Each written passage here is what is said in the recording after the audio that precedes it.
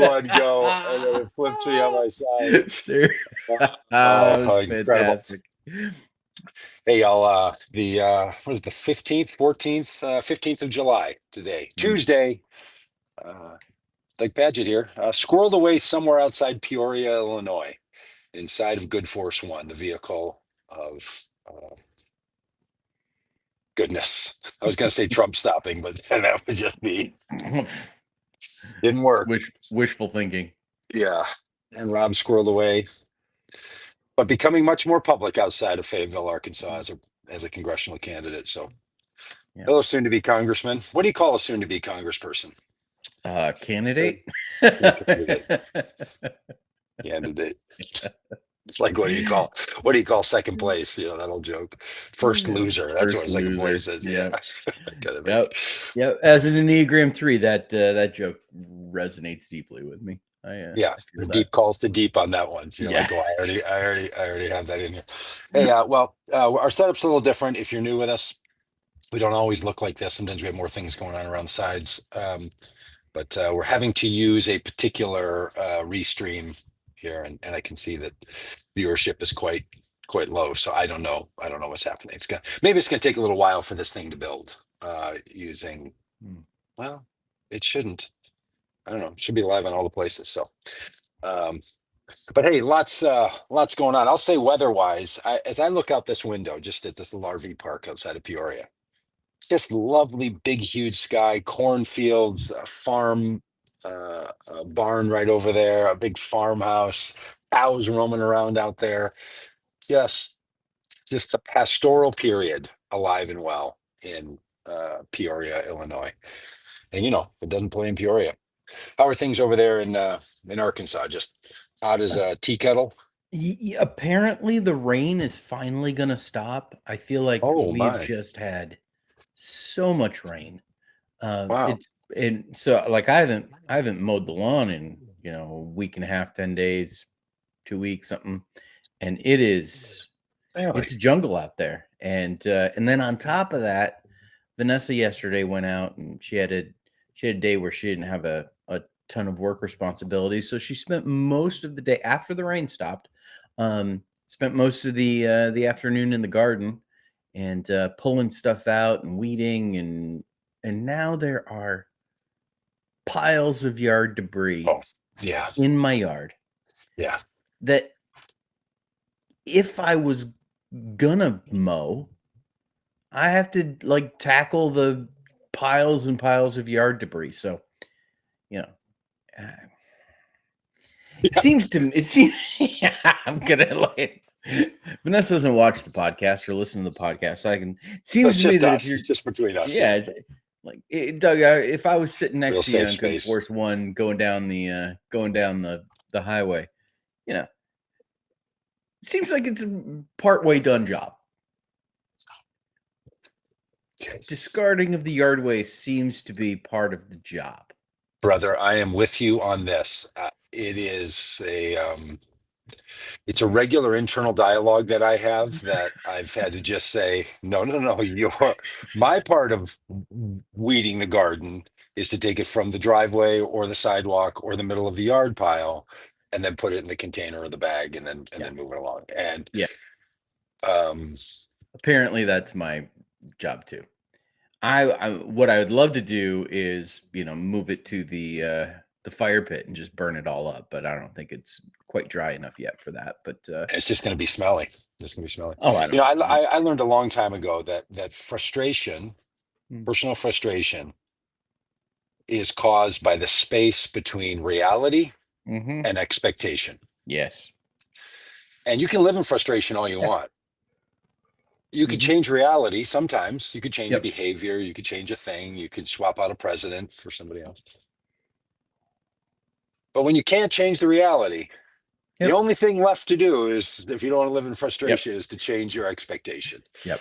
That's just be worn down to a small nub of whatever you thought you once were, with hopes and dreams and aspirations, and just stop being frustrated. Reminds me of what Vanessa and I have been going to a therapist for probably 15 years now. We go just about monthly, going next week.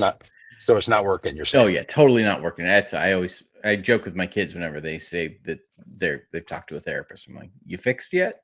And Whimsy actually said that to me last time I came home. She's like, I said, we had therapy today. And she said, you fixed yet? I'm like, no, apparently not. But our therapist, early on, we tackled one of those big frustrations of, Vanessa has no clock in her head, which means that she Oh, is really always running behind. oh, And especially on Sunday mornings when we were pastoring regularly, I would get frustrated. And our therapist finally, she's like, Rob, Vanessa's gonna be late. And then he turned to Vanessa and said, Vanessa, Rob is gonna be mad that you are late.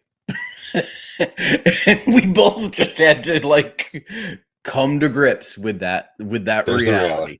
Like, Yep. this is just reality. This is the way it is.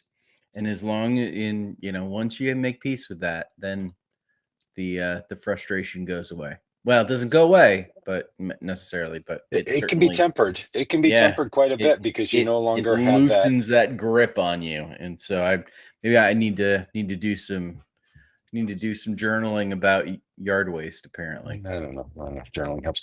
Uh, I think that is the same uh, impulse that we need to have in the work that we all do, though, right? Like, okay, Mhm. okay, Yep. when can reality change? Yep. And what part of the reality does somebody want to change? Yep. I mean, look, I have added additional meaning to my little heart necklace. By the way, a guy made a little snarky comment on a video I put out the other day about, uh, I think, pastors and being able to tell the truth about the candidates that they support instead of having to live behind a mysterious invisible line. And he said, "Well, I don't agree with you, but I got to say that necklace is a bold move. Just a great little dig. I really loved it." And it was just about that time that I'd added in because it's a little heart shaped. I don't know if people see it. Mhm. It's a little heart shaped. Made out of stone. Bought it in Cuba from a guy, and because I liked it because I want to have a little. I want to always make sure I had a little bit of heart in my throat because I talk for a living. But you know what I added in, Rob? Too? Hmm. I'm praying for Donald Trump's heart of stone. Oh, that's I was trying to find solidarity with the good man, mhm. and I found a he little has a bit. heart of stone in his chest. I Mhm. have a heart of stone on the outside of Yeah. my chest, and I will pray for the reality Yeah. that will change, that heart of stone will melt. Yeah. Now, Yeah. maybe not stop beating. I did not say that. I did not Right. say we'll stop beating. I said we'll melt Met. Yeah. into the softness of, I don't know. Now pick your story, your parable, your Disney show, your Bible verse, Yeah. your I had a syncopa. I had a little moment of solidarity with Donald Trump this morning.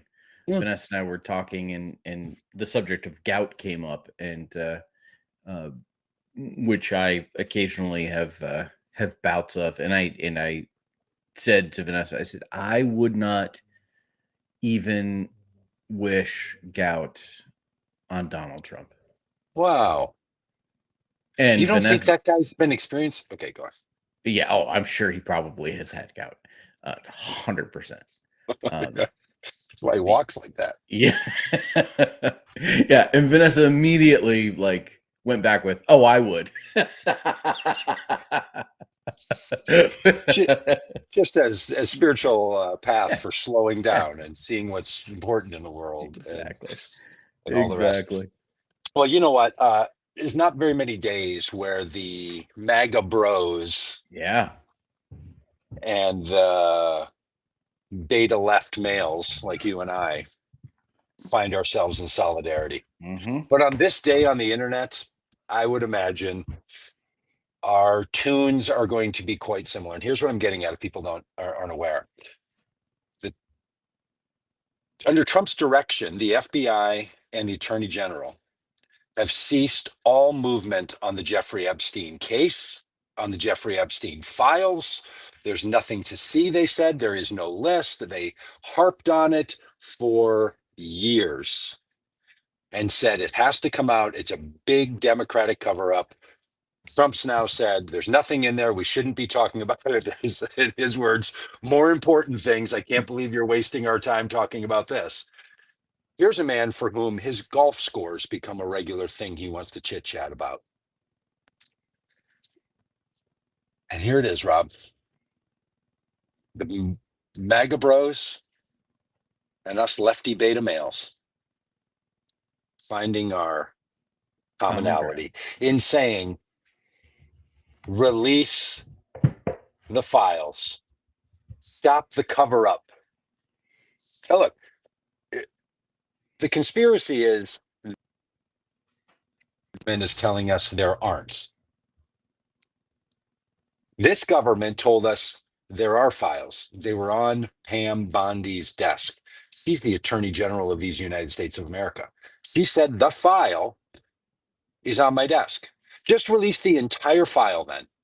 Redact whatever names you think need to be protected of the victims, not of the perpetrators. Release the Kraken. And they're not going to do it, Rob. They're just not going to do it. And Trump has been losing support all across, little seepage, little drips out of the hot tub from all sides over the last 150 days. And this one, somebody pulled the plug, and there are people absolutely. Yeah. It's Pam Bondi's got to go because she's thinking Kelly wants to support Trump. You know, trouble is when Alex Jones says, Alex Jones, that terrible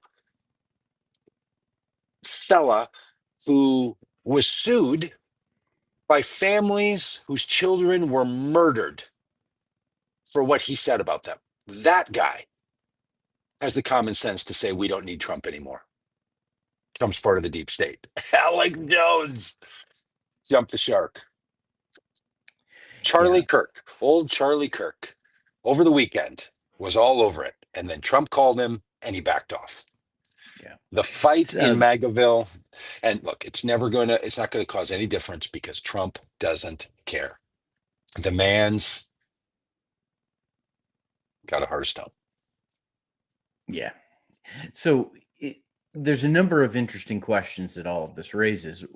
You know, who's telling the truth and who's lying? What is reality? You know, Pam Bondi said that first she said that the client list was on her desk, and now she's backed off and said, well, what I meant was that the file was on my desk. Mm-hmm. Yeah.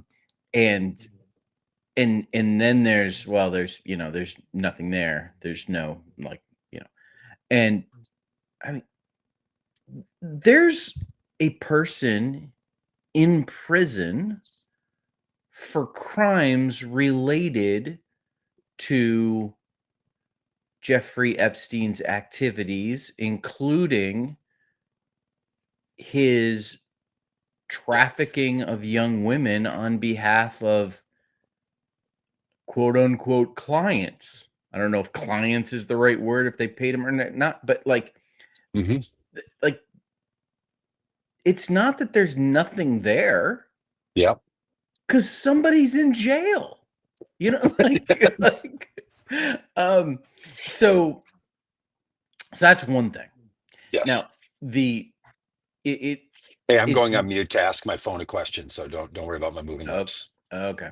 So it's really interesting that there is this really, I was going to say for the first time in a long time, but really that's not the case with what we saw with Elon Musk and his breakup from President Trump.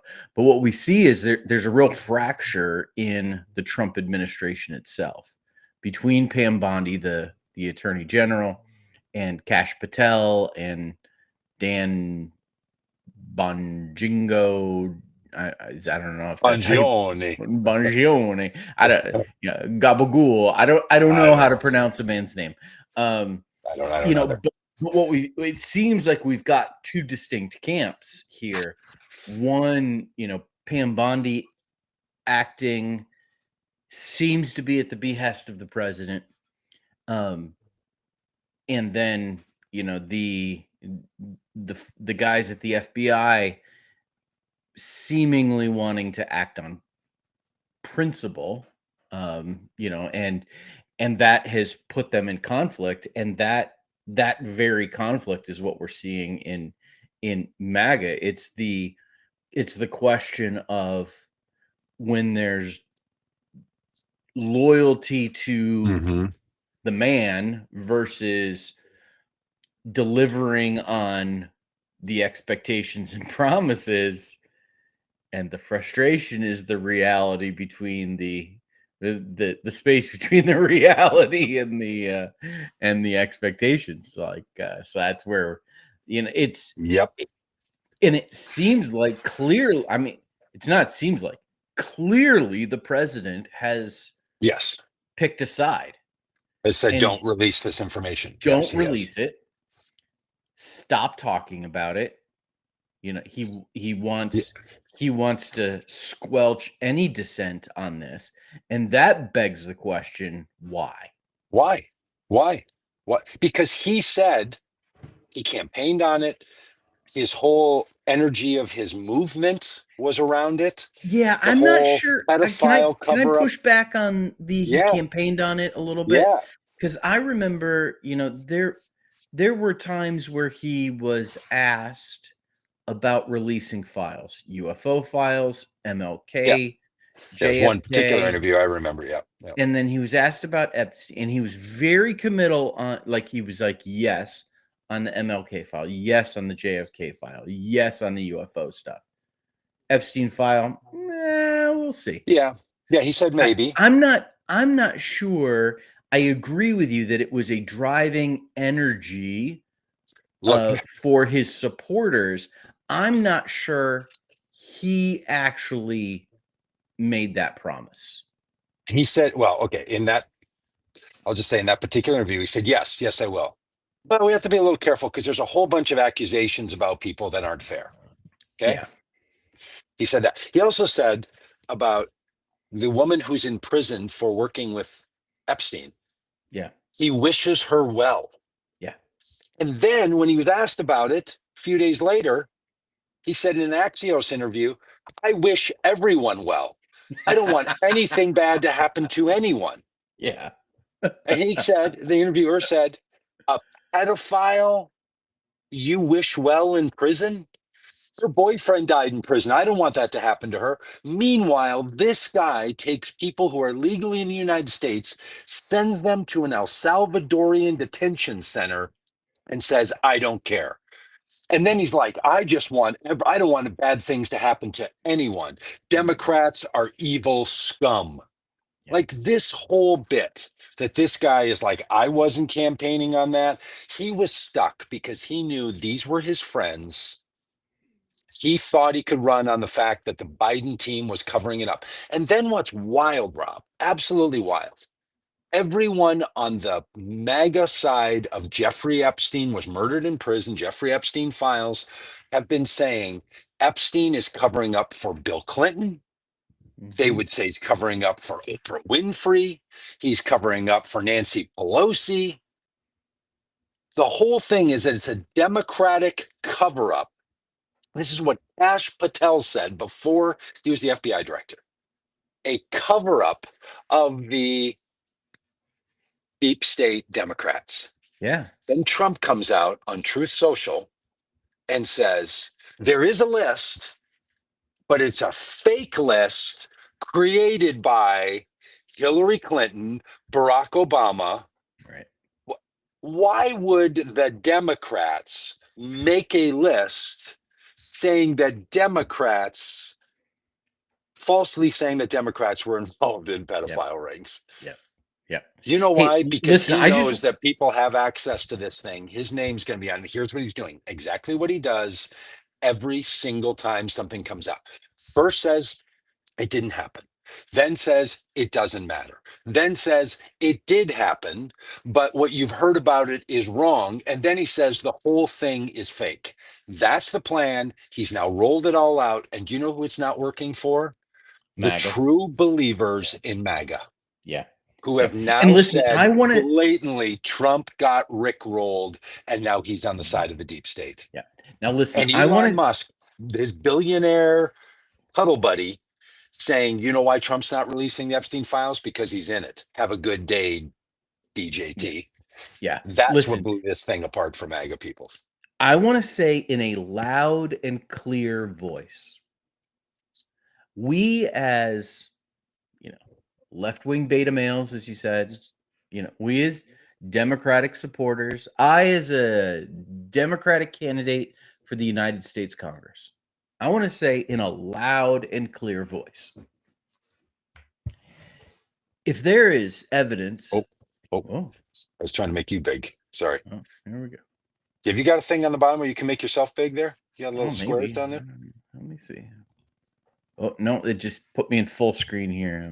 No, Oh, no. okay. Anyways, Huh. let me say in a loud and clear voice. If Bill Clinton, if Nancy Pelosi, if Barack Obama, if Oprah Winfrey, if anybody else that would be quote unquote on our team is in the Epstein files, and there is evidence beyond a reasonable doubt that can be proved to a jury of their peers that they engaged in any kind of illegal activity up to and including pedophilia, put them in jail for the rest of their lives. Yep. I don't care what Who if cares? there's a D after their name. It's If it's Bill Clinton, I don't put him in jail for the rest of his life. Now, Trump supporters willing to say the same about their guy? Yep. I'm not so sure. Yep. I think you're spot on with that one. And you totally agree, right? And this seems to be the attitude of most Democrats that I've talked to about this, is that listen, we're not playing politics with this thing. Mm-hmm. If this is a massive criminal ring that is taking place, if this is some, horrible crime against humanity, and people who are quote unquote on our side are involved, lock them up. Lock them up. Yeah.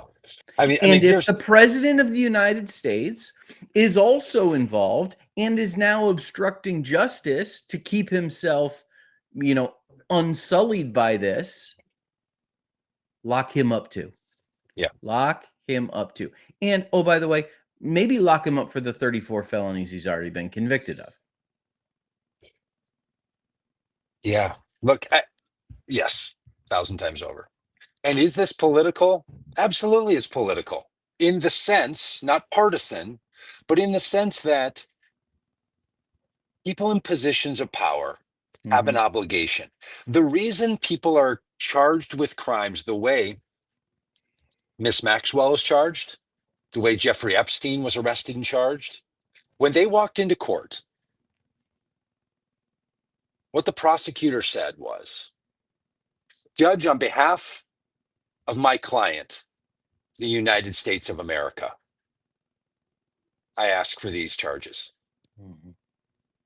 Not on behalf of only the victim, because of what was done to the victim, but justice in the United States is brought by the justice system. A man was incarcerated, killed himself. Another person was incarcerated and now is sentenced to prison for 20 years for these crimes.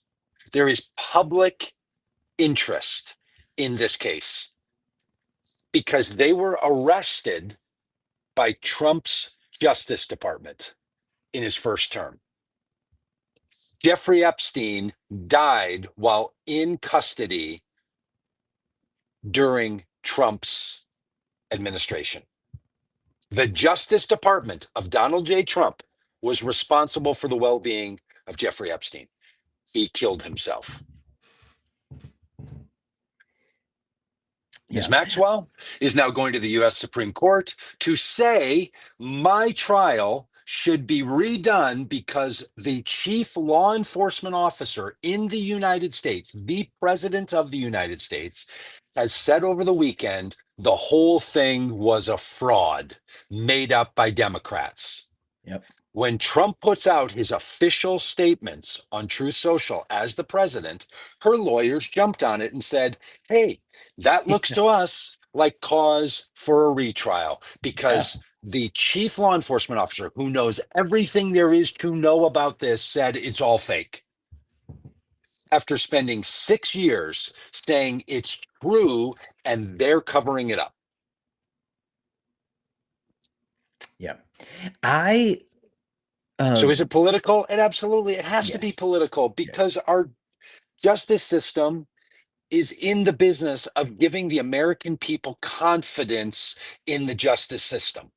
Should it be partisan? Absolutely not. Our justice system shouldn't be partisan. And this is just a larger point on some other stuff that we're doing work on about how religious people should speak about issues. So I want to talk about that in a little bit, but the difference between something being political and being partisan is a real distinction.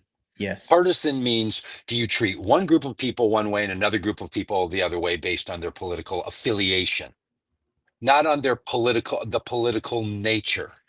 Politics isn't the problem as much as partisanship is the problem. Yes. And if there's ever been anything as partisan as this, now, look, truthfully, there were a bunch of Democrats saying, who cares about Jeffrey Epstein? Stop talking about him. Until Trump started covering it all up. And then they're all like, oh, let's subpoena those cabinet members, you know, let's get them in here. So, okay, is there a switcheroo on all sides of interest in this? You better believe it. Yeah. You know, I saw a really fascinating conspiracy theory on Twitter that just kind of made me laugh a little bit. Someone speculating that Trump is playing 4D chess while the rest of us are playing checkers. And what he's doing is he's actually drumming up interest in the Epstein case, moving it from a fringe, you know, conspiracy theory kind of thing into a mainstream discussion. And that's really how it has shifted. And he's done that so that when he does release the files, the media can't ignore it. Great.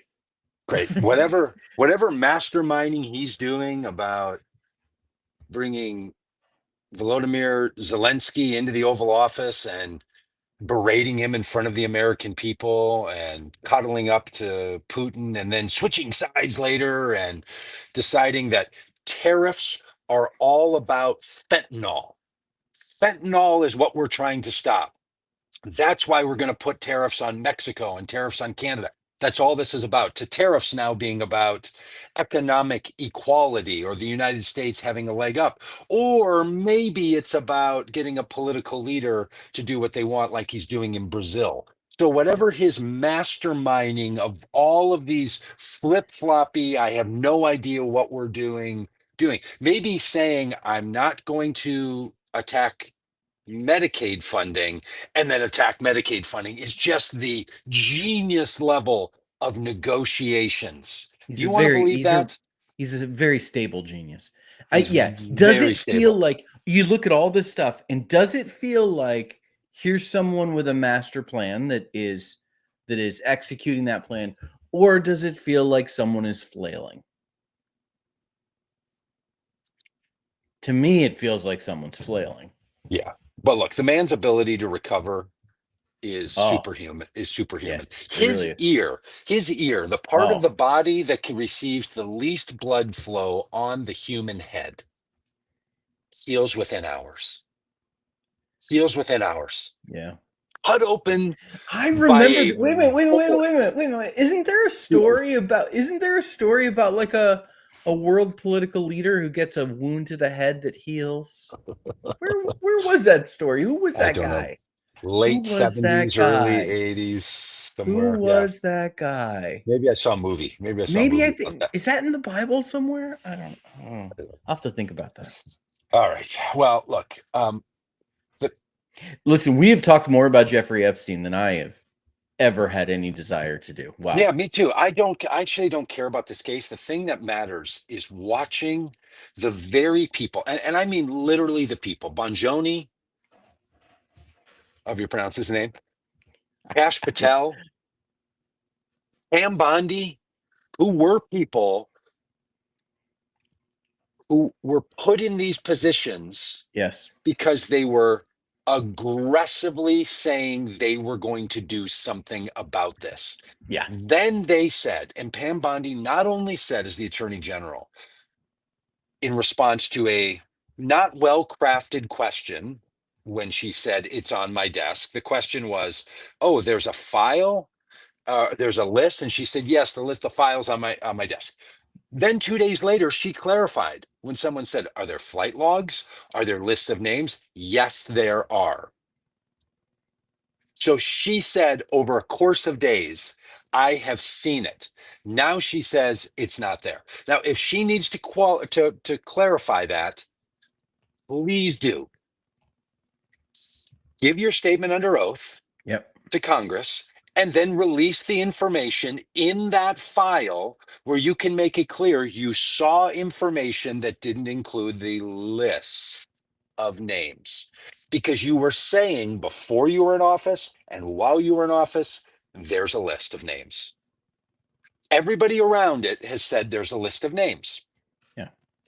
This gets to the heart when the director of the FBI, the assistant director of the FBI, the president of the United States, and the attorney general of the United States are not saying things that their own supporters can even believe. Yep. We have a problem. In other words, sir, there is a cancer on the presidency. Mm. And this thing, this is not going away because it has 6 years of buildup. Yes. Jeffrey Epstein killed himself in August of 2019. He was arrested in July of 2019. And Joe Rogan made his name in a lot of people's minds by talking about this. So that whole bro movement, that whole screaming group of people about the godless pedophiles that are Democrats are now being told, don't worry about that. It was never real. In fact, it was all made up by Democrats. Yep. This is why it's not just partisan. It's not even policy, but it gets to the very core and heart. It's just so Yes. Yes. All right. Well, Jim is checking the Trump Bible right now to see if it says anything in there about it. Yeah. And all right. Hey, can we talk a little bit about a recent Rolling Stone article? Doug, this is twice now you've been in Rolling Stone. Yeah, I've been in Rolling Stone twice in the last 6 months. Yeah. No, 8 months. 8 months. Would you Am I trying to get on the cover of the Rolling Stone? Oh, you better believe 100%. It. You would give it all up to, be able to be in Rolling Stone because of your musical prowess. Look, if there was a photo of me in Rolling Stone with a guitar in my hand, that's reason for the season, friends. Yeah. But in this case, it's not. It's me with a hand in the air, a blue hat on, a Kamala shirt on, and a Kamala for Common Good banner behind me. Yeah. But here's what that was about, friends. That go to Rolling Stone, go to the Vote Common Good website. You can read these articles. A big ruling came out last Monday from the IRS in a legal determination that pastors can talk about who they're going to vote for. And I've watched a bunch of my liberal friends wring their hands about this. And I'm going to have a couple of them on. I'm going to do conversations with different pastors and different faith leaders about this so we can have a robust dialogue. I just read an article in the Atlantic today about a pastor taking their high horse on this. The crux of the argument is this from pastors who don't want to speak about this. I don't want to force my parishioners to have to vote the way I vote.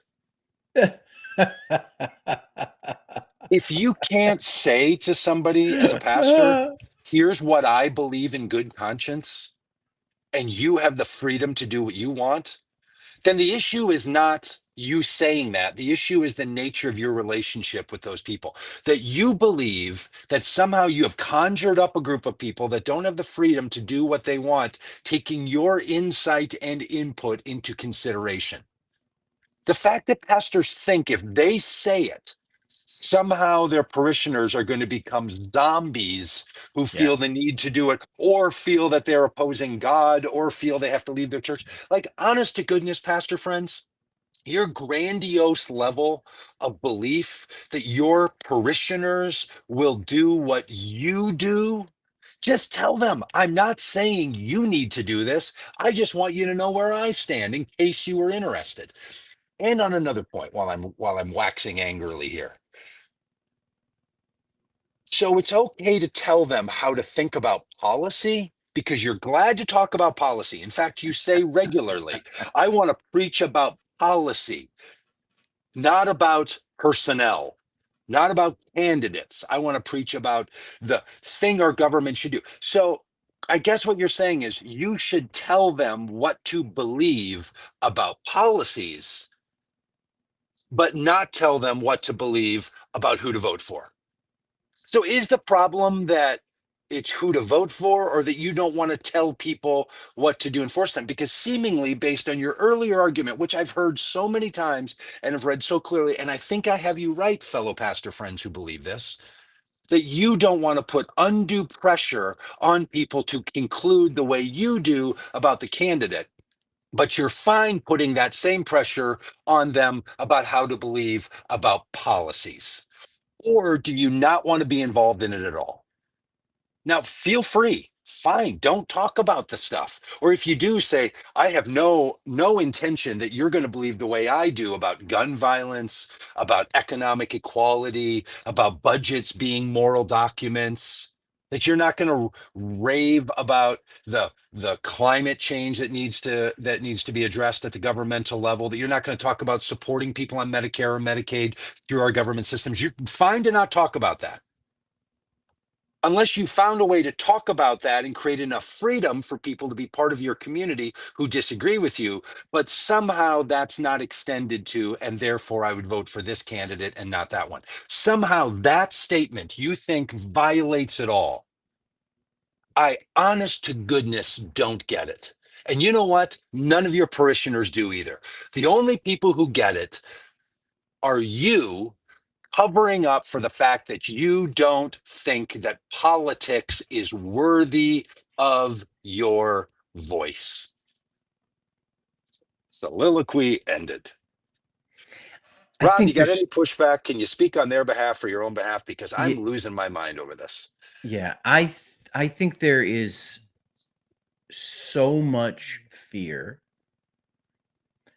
I I think that there's, such listen, there's a huge difference between the mega church pastor who has deep, profound control and, is making tons of money and has, like there's a huge difference between that guy and your average pastor in a small town, in a parish situation, that, she's just,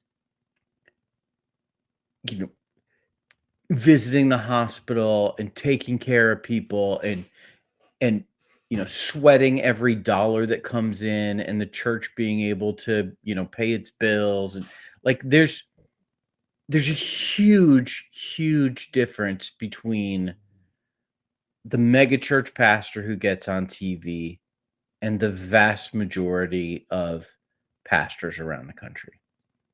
And I think I've got a lot of, I share your frustration on one level. And I also have a deep sense of empathy for those pastors who have the reality of pastoring purple congregations. pastoring purple congregations with, where people like making budget every month, like, hangs in the balance. And who knows that there is, that guy sitting right over there is totally unreasonable. He's a hothead. He's going to fly off the handle.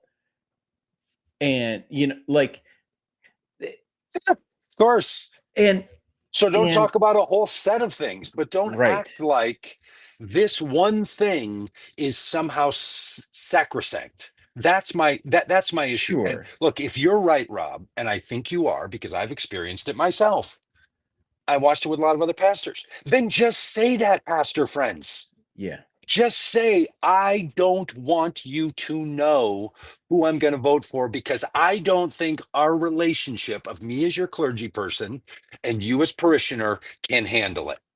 And then I would encourage you to work on the nature of that relationship. But this, like, somehow some higher moral ground, our calling is to not be dragged down into the. Meanwhile, I'll talk to you about policy all day long. Like, if the same lonely pastor just making her way to the hospital and visiting people and putting, communion together and giving it to people doesn't talk about any of that stuff, fair enough. Look, if you want to be a pastor who doesn't engage in the structure of our world and how it should be, whether it comes to the stop sign on Main Street, the treatment of the servers at the cafe, the treatment of the farm workers. If you don't want to talk about any of that stuff, I'm not here to tell you to do that.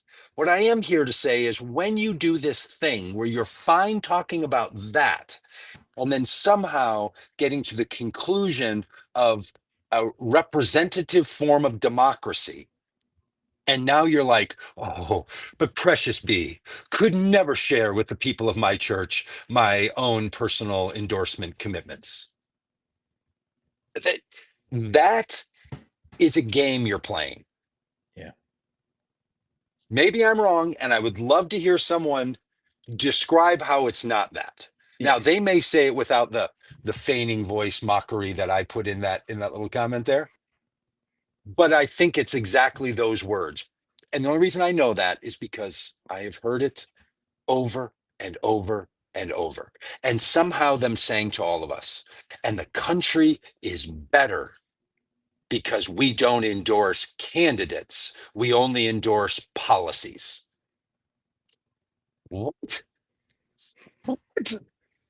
Yeah. Like, it's this just game of hide the ball. It's like some joke where you just let people fill in the last word of the punchline because it's the only obvious word, like what rhymes with truck jokes, that's the whole, like, so Truck? Yeah. Okay. Yeah. So it just and watching our friends and colleagues wring their hands and be like, well, this could be the slippery slope. Like, oh, for the love. And look, this is not coming so much from my political side. This is coming from my pastor side, where before I was even doing full-time work in politics, I was like, pastors are not honest with their parishioners. And they're not honest about the relationship they have. And there's so much nip and tuck and hide and wink and nudge and stuff going on in these churches. And then they're all about truthfulness and openness and love and community. And meanwhile, it's all a big game of hide the ball and manipulate each other and get rid of all that stuff. We have too much secrecy, too much manipulation in religion, in politics, and our society. And this stuff just is case in point of how the people who claim moral clarity. Yes. Now, if you want to say, hey, if you find out who I vote for, I have no expectation that you will vote for the same person to be part of this church. I mean, look, I pastored a church with people who disagreed with me politically. I have family members, people I love deeply, who disagree with me. Yeah, we disagree on things. Yes. Why is this one thing something you think your parishioners can't disagree with you about? Yeah. What is going on? Yeah. I I think that there's a couple of things here. One is this discussion reminds me of early on as we were starting our church, Vintage Fellowship here in Northwest Arkansas. Kind of building into the DNA of the kind of community that we were building, and setting the expectations. We talked a lot about, hey, be a good church member, disagree with your pastor. Yeah. That, like, disagreeing with your pastor is actually being a good church member, because it opens up the opportunity. And this just use this. When we disagree on something, that opens up the opportunity for compassion and love and grace and peace, to all of that to exist. When, like, if we all agree on everything, it's easy to get along. There's no test to the love, but when we disagree, that's when, like, it really matters that we care about each other, that we stick with each other, that we're in relationship with each other. So that's one thing.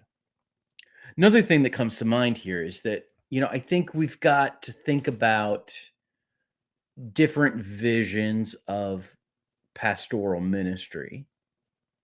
That there are some that want to take the chaplain approach, which is good and appropriate. But let's be honest, that's the approach you're taking. Yep. And then there's others that want to take a much more prophetic approach, where, you think about the biblical prophets, they name names. They named names. Yeah.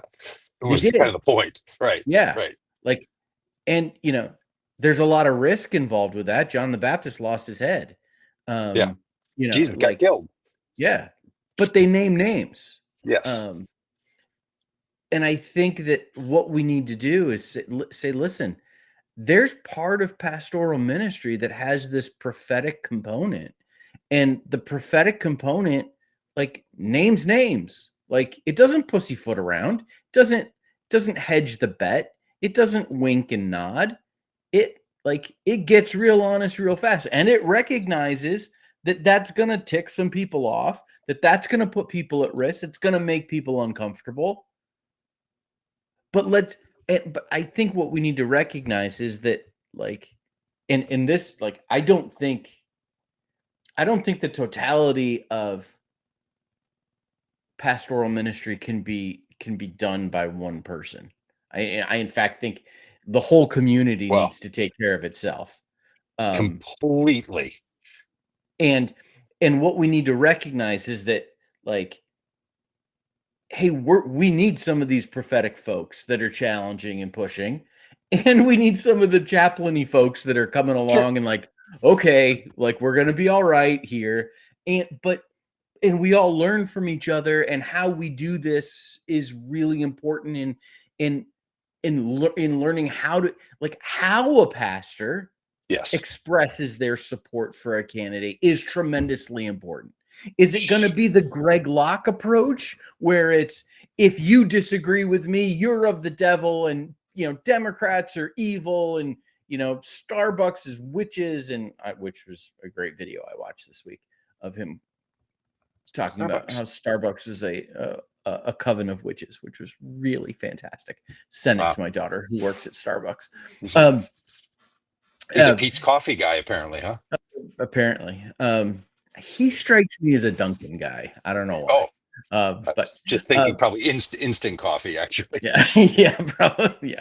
Yeah. Like, that's one way. That's one approach to endorse a candidate, which I think is really harmful and really toxic, and demands that loyalty to the pastor.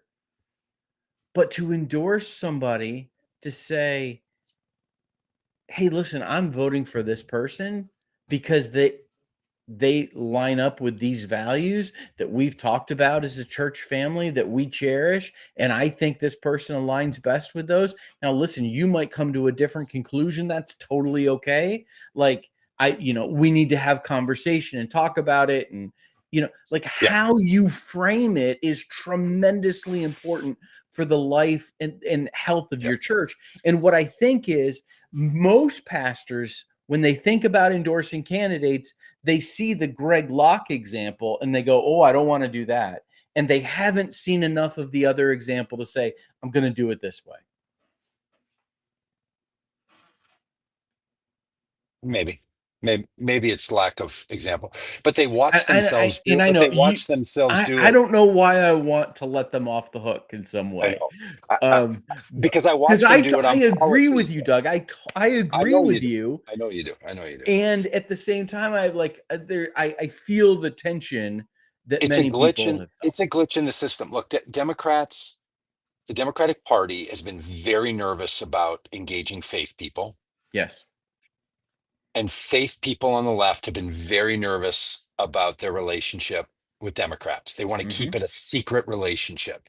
And the secrecy kills. It's not helpful. It's confusing to people.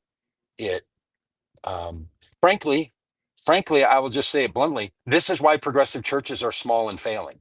Oh, Not because of politics, but because it's this constant protection of the clergy status. Oh, the whole thing exists somehow to be like, but the pastor, look, lefties, Democrats, progressive pastors, I'm in that camp.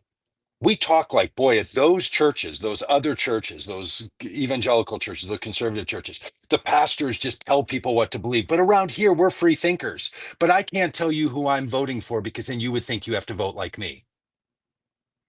Oh, is it? So you actually have a little fear, and you're like, and the role I'm in, the clergy role.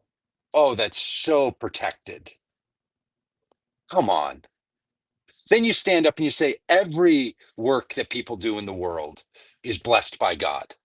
Whether you're a plumber or an accountant or a teacher or someone who cares for someone at home, all of these jobs are just as righteous and just as loyal. And there is no standard, but I can't do the thing you all can do because I have this special role that I play. Come on. I Now, can't look, put if a you're in a bumper job, sticker on my car. if you're in a job where your bosses have said to you, don't express your political opinion. Yes. If you're a journalist at a local news station, you don't do it. If you work for Pentair and you're the executive, you're in the C-suite and you're like, hey, you get in the C-suite, we stop talking about politics. People do this all the time in corporations, all the time. It's totally fine. And they say, my job doesn't let me do it. Yep. Then say that. Feel free to say it. And when you have to explain it, have an explanation. Because when you're standing up serving communion in your church as a pastor, faith leader, as a priest, usually everywhere I've ever seen, there's more than just the clergy. There's a deacon, there's an elder, there's a pick your name, there's a council member, whatever little title. We once had an 11-year-old in a Batman mask serving communion at our church. You got costume kid, whatever you got. You got your people with their cute little role names, right? Nothing wrong with any of this. This is how we function. Like a lot of life is cosplay, and you have rules in the play. You say to these people, we gather together as the work of the people. We collectively do the work of the people, we say. But I carry this burden that I must be the only one who carries. Like this thing. So you, because you do the sermon and have this role, don't get to say who you're going to vote for. But the deacon, it's fine to put that on their Facebook profile. She can just pop it right up there. The head of the elder board can just wear a button that says, Donald Trump, I'm with Trump. I'm with Kamala. Yep. They're okay to do it, but you. Wearing their Make America Great Again hat to the church picnic. And I'm telling you, this thing about the clergy obsession in mainline and progressive spaces, This is the thing that should be called out here. This is where it's got me all fired up. This runs so much deeper. Yeah. When I say this is the issue with the progressive church, it is this role of this specialized role of clergy. And again, if we want to call it for what it is and say, once you take on that role, you're out. You get elected as a judge, no more politicking. Okay. Okay. Then just say that. But do you know who's not saying it? The Internal Revenue Service. Yep. Do you know who's not going to revoke your nonprofit status? No one. No one's not going to do that. That's a classic doublespeak. So anyway, we have a wild imbalance in the United States where progressive Christians talk about harmful policies and won't finish the conversation about what to do about it. We have conservative Christians who are not addressing the issue of our policies and are saying, vote for these people who are causing the problem. And if you don't want to help fix that, feel free. But if you do, there's some things you can work on and some really great conversations to have with your team and your leadership team, and to say, hey, what's the nature of our relationship to electoral politics? Like here's what I truly don't know, Rob. I truly don't, because I've never asked a pastor, and I'm going to try. Some states use voting referendums to pass certain laws, basically. Yes. Do pastors speak out about those? Do they say pass proposition such and such? Very often, yes. The same people who will say, I won't tell you what person to vote for, will tell people how to vote on this topic. I yield my time and I remain befuddled. I hereby declare I am befuddled. I am befuddled. Yes, but the point is, Doug is once again in Rolling Stone. So head over to rollingstone.com and go to votecommonggood.com and get to it from there. Yes, do that. Because you'll see the donate button. Yeah. You won't see a subscribe button. You'll see a I'm a nonprofit because I sell guns, alcohol, and tobacco. I don't know what that means. Okay, here's this argument. Let's take a look at this. Thanks, Stephen, for this. Hey, conservative evangelicals just do whatever they want. Freedom of speech only applies to evangelicals and those who are fake religious. I don't know what that means. I think it's kind of true, but I'm not sure. Not sure what that means. Yeah, Doug, talk a little bit about. Stephen also raises in one of his comments the Yabits coming in with some AI stuff, which is great. Talk a little bit about separation of church and state. Does this ruling from the IRS, does it undermine separation of church and state? Does it blur the lines of separation of church and state? Does it put at risk the wall of separation of church and state that exists? Is that people are nervous about that? They are. Well, we should start every conversation with about separation of church and state with the Establishment Clause in the Constitution, because that's what's legally there. Congress shall make no law establishing a religion, whatever, however it goes. Establishing or preventing. That's what's there. The Congress, and that's been understood to mean all forms of government cannot make an official religion. That is a full-time, 100% commitment, I would believe, of anybody in the United States. We should be committed to that. It's the First Amendment. It's right in there with the freedom of speech and the freedom to assemble and the freedom for your religion to be yours. The government shall not interfere with it. There's no way to have a religion take over the government and start running the government as a religiously funded entity without violating that.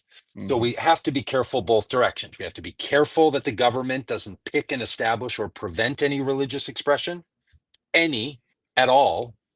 And we have to be careful that the government doesn't adopt religious commitments. And I would say 10 Commandments, plaques, and all the rest of it start to move in those directions. Okay.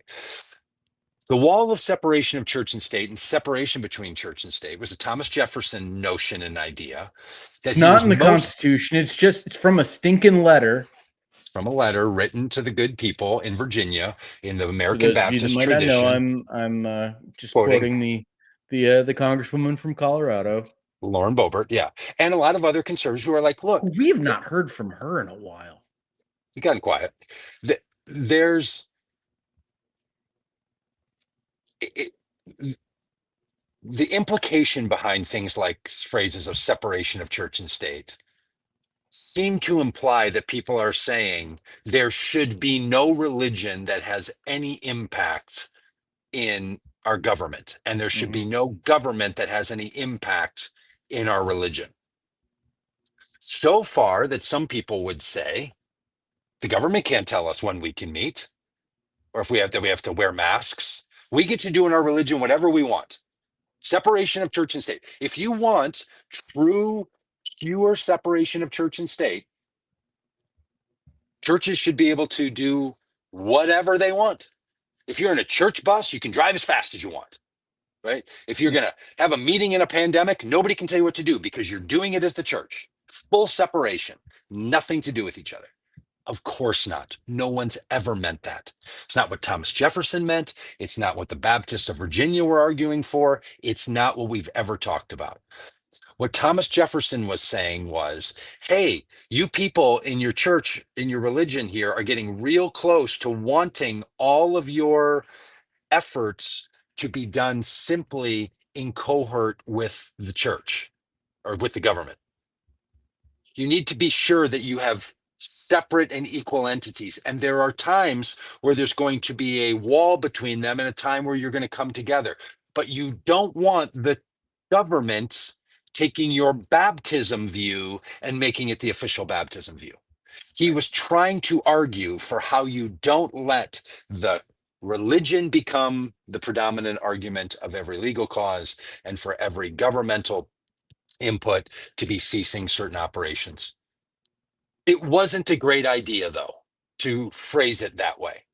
And the bigger problem is Democrats seem to want it to be this way. And I hear this a lot from Democrats. I don't want there to be religion in America. I don't want it to have impact in America. Now, if people need it for their own personal impact, their own personal good, fair enough. But it comes right up to a line where it's like, but if that motivates you for anything in the world, well, keep it to yourself. So silencing religion in an effort to be separating church and state, or telling churches you don't have to follow US law because there's a separation of church and state, neither of those are what we want. Right. Yep. A pastor expressing to their congregation how they're going to vote as an expression of their values and their faith is not a violation of separation of church and state. No, it's not. It's just not. It's yeah, not you might want there to be a restriction so that tax-free organizations can't say something or they're going to have to pay taxes. Like, but honest to goodness, this obsession with who's going to pay taxes and who's tax exempt, like our bizarre commitment to tax exemptness is a real issue. Let's just be perfectly clear. If your church only functions because people give you money because they don't pay tax on the money they give you, they wouldn't give you post-tax dollars, you've got a real issue to figure out with your church. Look, churches, just stop being tax exempt. Just quit it. Pay sales tax like everybody else. Pay property tax. You have people donate to you like they donate to any other cause that's not tax exempt that they care about, and just move on with it.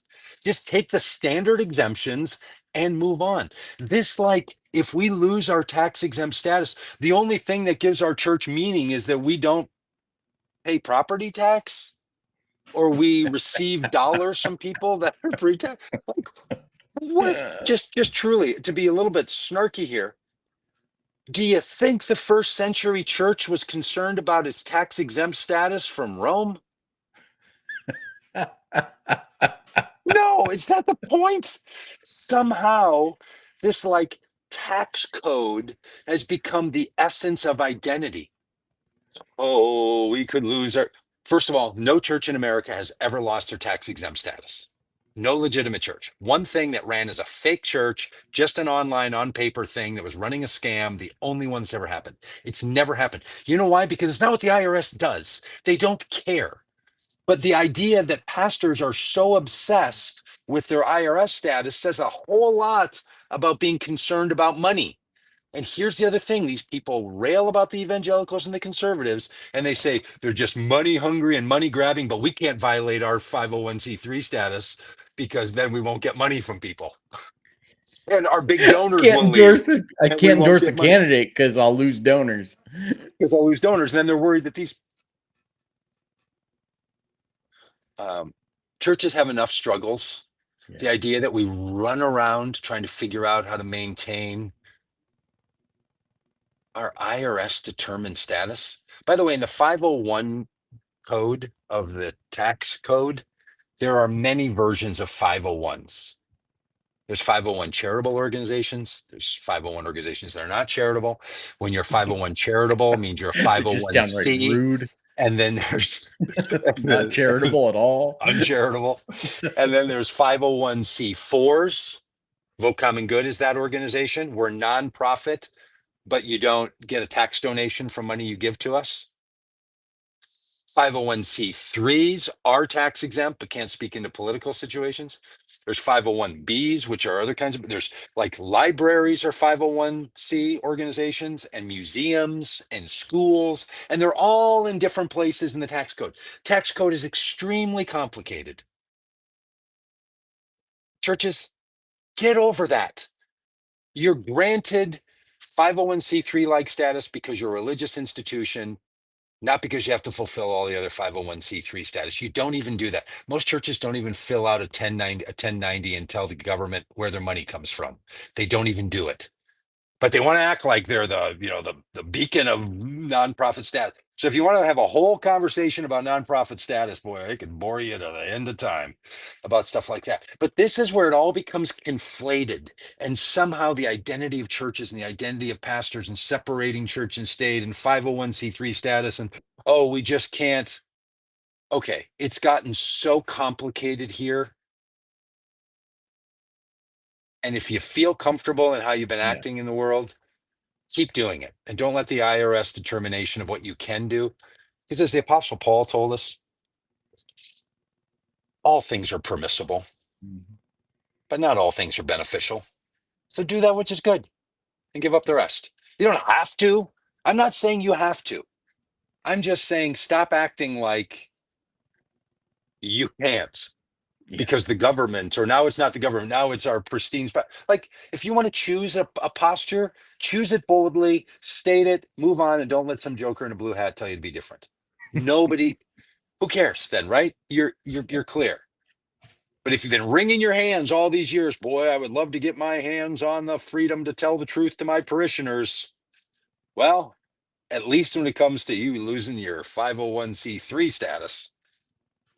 But Rob, when you're in Congress, will you change any of this? I'm going to work really hard at making sure that the big issues that people are facing get addressed, like the child tax credit being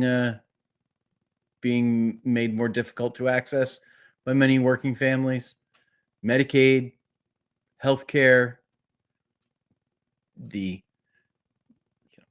tax breaks for billionaires and big corporations while the tax burden for working families increasing. Those kinds of things are the things I'm going to focus in on.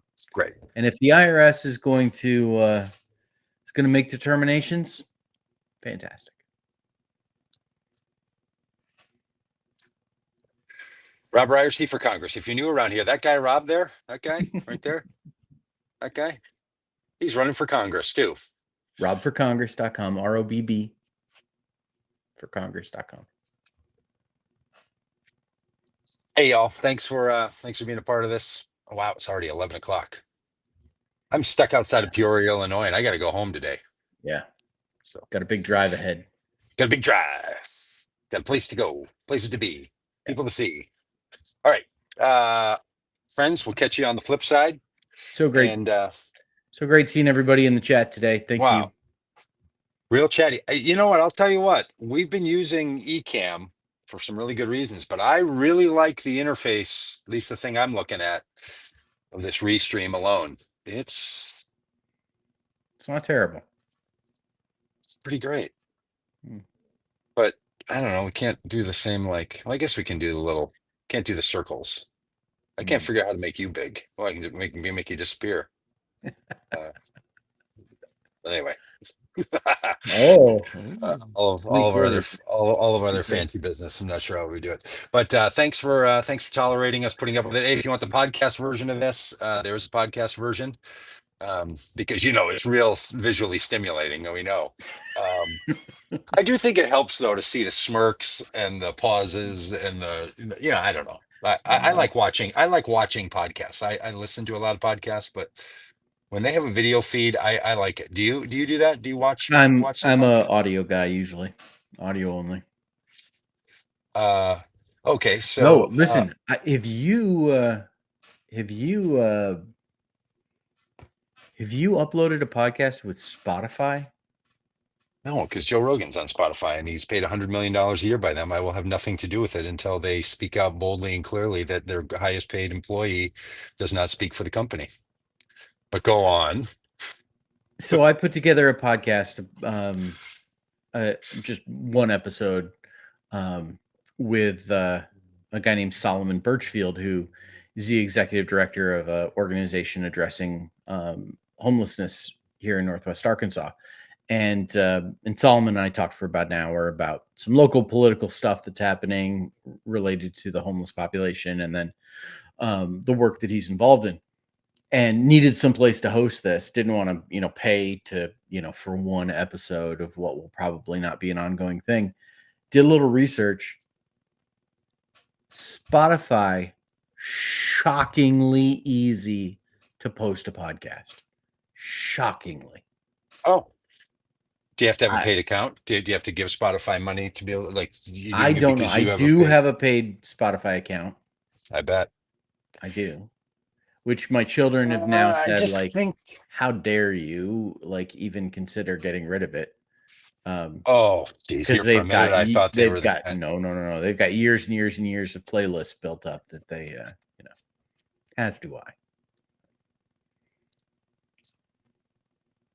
Well, good for Spotify. I'm one of those people who's like, look, if you want to stop buying stuff from Amazon because you don't like Jeff Bezos' attitude, you also should probably figure out Amazon Web Services, because that's where the majority of their money comes from, not from delivering packages to your house. And AWS, Amazon Web Services, runs 80% of the internet.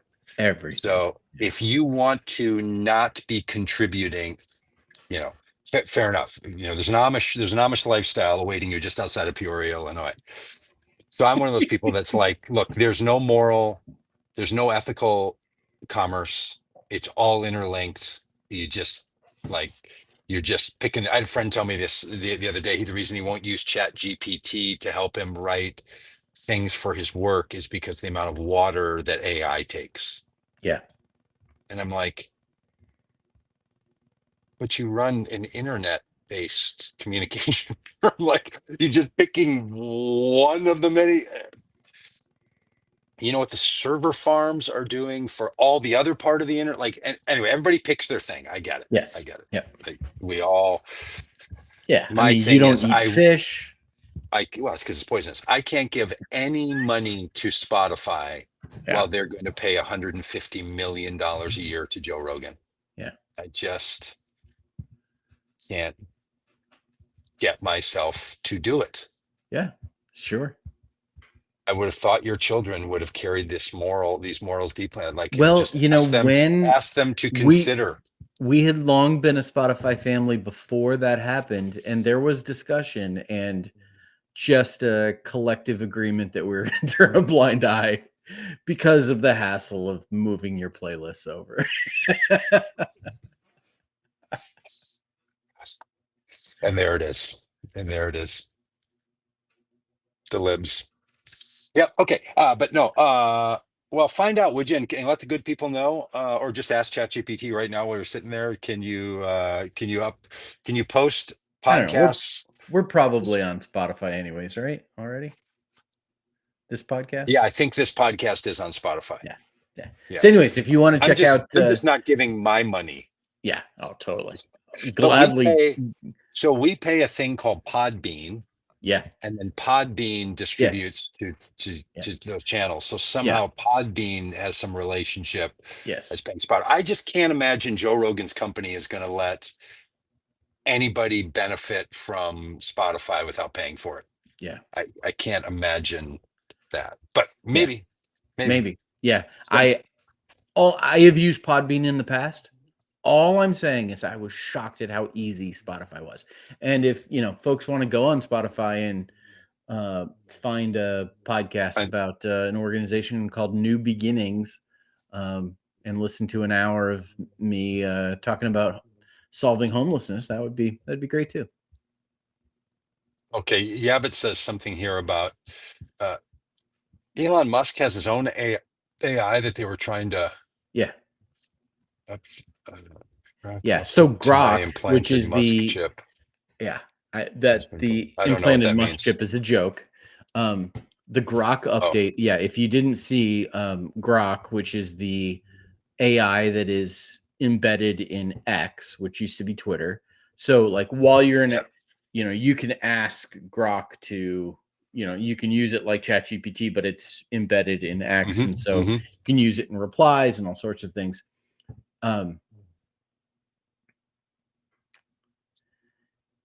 Grok went off the rails last week. Yeah, they changed the AI, right? So that it would not be giving woke answers. Was that true? Was that true, or was that just the? Well, that something happened, and Grok was, spouting pro-Nazi stuff and all sorts of, really describing real in detail, threatening behavior towards a journalist, and I mean all sorts of crazy stuff. And so they've taken Grok offline for now. I've never used Grok. I don't. So it was more of a glitch, not, and maybe the But people. it might be that they were trying to make it less woke because Grok would consistently be critical of Elon Musk. Yes. And I maybe in the attempt to tweak it, all the controls went away. I don't know. Got broken. Yeah, I don't know. Well, I'll tell you, I use ChatGPT. That one, it tells me regularly things it won't tell me about or won't produce. It won't produce anything that is, like we make little headers for this kind of stuff, and anything that feels at all on one side or the other, it won't generate it. So it feels like it's the real, I don't know. Yeah. Somehow I've decided that it's the safe one. Which is just ridiculous. Okay. How'd you get there? So, okay. All right, buddy. Thanks, y'all. Yeah. Steven, good to see you. I see that you're newish around here. Mike Stavlin, wow, making a rare appearance. That makes you nervous. Edward, does that mean we won't get text later tonight? Kevin, Wanda. I didn't know Wanda was here. Hi, Wanda. All right. Dodie Yeah, was lots here of people. earlier, and Alex and Jim and If you're not seeing all these, it might be because Sharing. you're on Facebook and they're on YouTube, and we go to all these platforms at the same time, and Twitch and all these places. So we prefer you over on YouTube, by the way, friends. If you can go to YouTube, find our channel on YouTube. If you're still watching right now, you're a deep listener, or your computer's just sitting open in the kitchen and you've wandered off somewhere else.